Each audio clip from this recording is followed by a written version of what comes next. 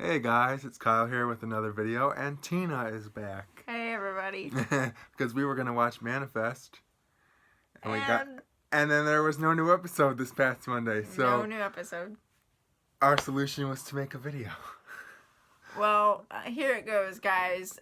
So here are some things that we wish people could know about us, about CP. Yeah, the first one's kind of personal to me. I don't know if it's because I don't drive yet, and I'm always a passenger.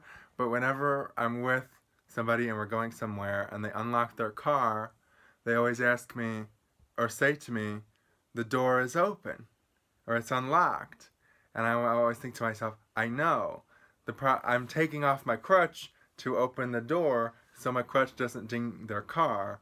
But they always assume that I'm waiting for the door to be unlocked. And I just think it's kind of funny. Yeah, it's like, we know, the Yeah, door's like, open. you can open the door. It's like, oh, I know, I'd rather not take paint off your car. The struggle, right? But it's not something I ever say to anybody. But it's like, I know how to open the door. I'm just waiting for, it takes a second. But I don't know. So if you're ever wondering, why don't they open the door? They might be taking off their crutch. Yeah. And I just, Oh, yeah, I think it's funny too, Kyle. You're not the only one.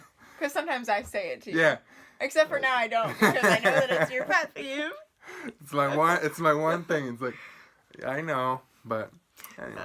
What else do we have? So another thing I would say would be that we're not all the same. So if you have a question, it's best to just ask us instead of assuming what we're capable to do. Because I think people assume your inability to do something just because you're disabled. And it doesn't necessarily mean that you're incapable. And that could be because they know somebody that can't do that thing. But just because they can't do that thing doesn't mean you can't. Or even just like, there's some things you can do that I can't do, and things I can do that you can't do. It's different by the person, and I think the best way to inform yourself is just to ask that person, because it really is different for everybody. Well, because I have a couple friends that have difficulty tying their shoes, and I don't, but I also did that a bunch in occupational therapy. Right. So. But, I'm not going to mention their names, but they have difficulty tying their shoes, and I don't. So I guess just don't assume that everyone has the same skill set is a good, because we all have our different strengths and weaknesses. And definitely. That's why we're better as a team. Yes. Teamwork. That's why we struggle through together, getting carryouts at a restaurant. I shove it in the bag. I hand it to him while I'm getting in the car, and we both just hope that we get it out of the car and into the house and into the fridge before it gets destroyed, basically. So. Yeah. And that's happened. Oh, yeah. Many times. We've had some wings that have ended up on the floor of the car instead of in the fridge. And the time I dropped my pop, they were nice enough to give us the to-go cups. I'm like, yeah, and then I spilled it all before I even walked out the door. All over the carpet. But they still love us because we come every week, so, or at least they pretend to love us, I guess. We hope. We hope. They're still nice to us, so I'm pretty sure we're their favorites anyway. Along the lines, I guess, of the whole not assuming thing, comes with the asking for help thing. And I don't know about you, Cal, but for me personally, I don't care if people want to, like, offer help. No, I'd like to accept help. If someone's nice enough to say that they want to help me, I'm more than willing to take it. But if someone then asks and I say that I don't need help and they still want to help, like, give me the power to say no to your help. Yeah, definitely. If I say no, that means, like, I have it. Like, I will ask you for help. In my case, if I say no, I have it most of the time. Until I don't. Yeah. Because I think we can all be a little bit stubborn about that. Like, we work all our life to gain our independence, and we're not necessarily just going to give that up over something little that we can totally handle.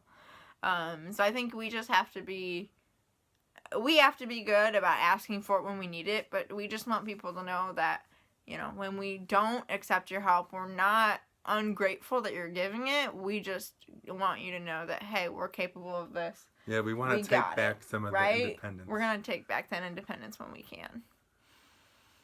Growing up in school, they always wanted to put me like on the special education bus, and they wanted me to be in special education classes, and my parents were like, no, like, he's fine, like, he can do it. And I did struggle in some math. They didn't put me in advanced math, but I did it. I went all the way to pre-calc in high school, and I took some math of liberal arts and statistics in college. But I think a lot of times people assume that because someone has difficulty in math, like everyone has difficulty in math. Or because you write slow that you don't get math and you should be in lower math. Like, I had that issue of my accommodations for my individual education plan was half the problems as everybody else.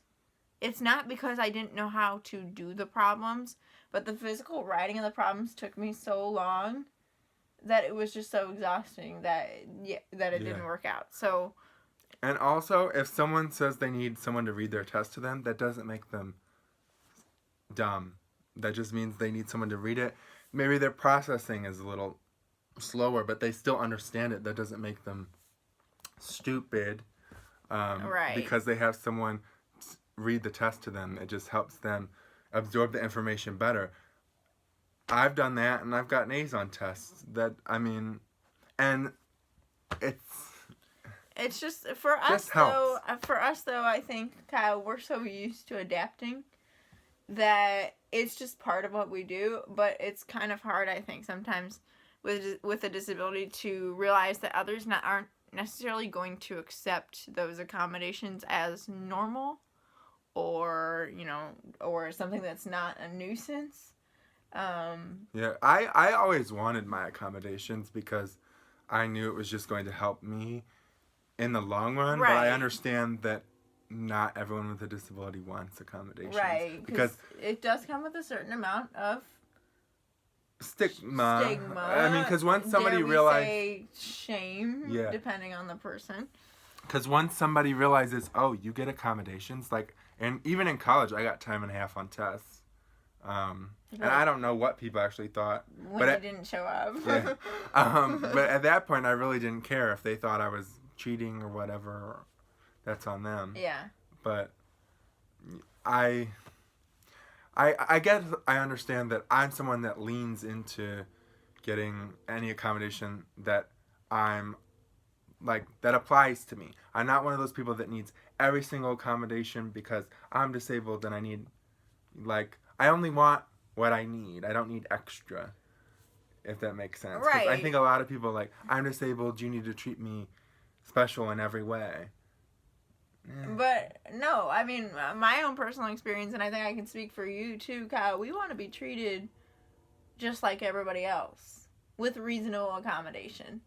Yeah. And that's, that means not looking down at us and talking to us like we're 5. Just because I'm 5 foot tall and cute doesn't mean I'm not a bilingual badass. Excuse my French. Or should I say Spanish? Yeah.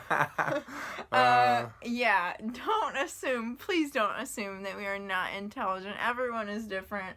And yes, sometimes we need some help to do something, but that doesn't mean that we can't do it. So just ask if you're not sure